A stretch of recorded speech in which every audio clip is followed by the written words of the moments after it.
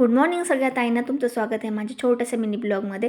तर आज मी सकाळच नारळ फोडा घेत होता, कारण मी खोबरं आणायचे विसरले होते किराण्यात, त्यामुळे मग नारळ फोडा घ्यावा लागला. तर आज माझी तुळस मस्तपैकी हिरवी आता फुटायला लागले होते, कारण 2-4 दिवस मी मध्ये नसल्यामुळे थोडीशी वाळी होती. पण आताचं परत हिरवीगार थोडीशी पाण्या म्हणजे आली होती नवीन नवीन. आणि आता आरनं 2-4 दिवस घरीच आहे, त्याच्यामुळे त्याला काय चपाती भाजी खाऊ वाटणार नाही. काय केलं तरी तो म्हणणार, मम्मी मला असं नवीन नवीन काहीतरी खायला करून दे.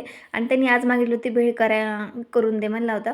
तर त्यासाठी मग आम्ही भेळ करायला घेतली आणि मलाही थोडीशी भूक लागली होती, त्यामुळं मग मला चला आता करू सगळ्यासाठीच भेळ. तर मग भेळ करायला घेतली आणि आम्ही घरचीच भेळ तयार करतो, कारण फरसन मुरमुरे कारण सारखं आणायचं म्हटलं तरी आपल्याला परवडत नाही आणि कुणी जात पण नाही.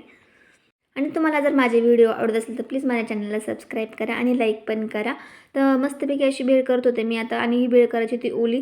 तर सगळं सामान घरी असल्यामुळे मग सोपं जातं करायला. आणि मग याच्यात तिखट करण्यासाठी आमच्याकडे काही हे नव्हतं, त्याच्यामुळे आम्ही मिरची पावडर थोडीशी काढून त्याच्यामध्ये टाकली होती मी. आणि चिंचेचं पाणी पण होतं, तर त्याची चिंच आणलं त्या किराणामध्ये, त्या चिंचेचं पाणी करून मी कसं बसं पाणी करून तयार टाकलं होतं, कारण ते लगेच पाणी करायला थोडा वेळ लागतो. पण मी 5 मिनिटात पाणी तयार केलं आणि टाकलं होतं तसंच करून. आणि अशी झणझणीत भेळ आज तयार झाली होती. आणि मस्तपैकी आम्ही मग सगळ्यांनी तिघांनी भेळ खाल्ली, कारण दुसरं घरी काही कोण नव्हतं. आम्ही तिघंच होतो, मी, अर्णव आणि दादा. तर दादाला पण जायचं होतं, पण तो म्हणला मी भेळ खाऊन जाईल, मग भेळ कर. तर मग त्यासाठी मी भेळ केली आणि मग आम्ही तिघंजण मस्तपैकी भेळ एन्जॉय करत होतो. तर भेळ खायला खूप कंटाळा आला होता, कारण काम पण काही नव्हतं. मग अशी मस्तपैकी 2 तास झोप काढली. 2 तासातून झोपेतून उठल्यानंतर मस्तपैकी असा चहा ठेवला गरमागरम. आणि मला चहा तर कधी पण कोणती गोष्ट काय करताना माझ्याकडून सांडत नाही, असं कधीच होत नाही.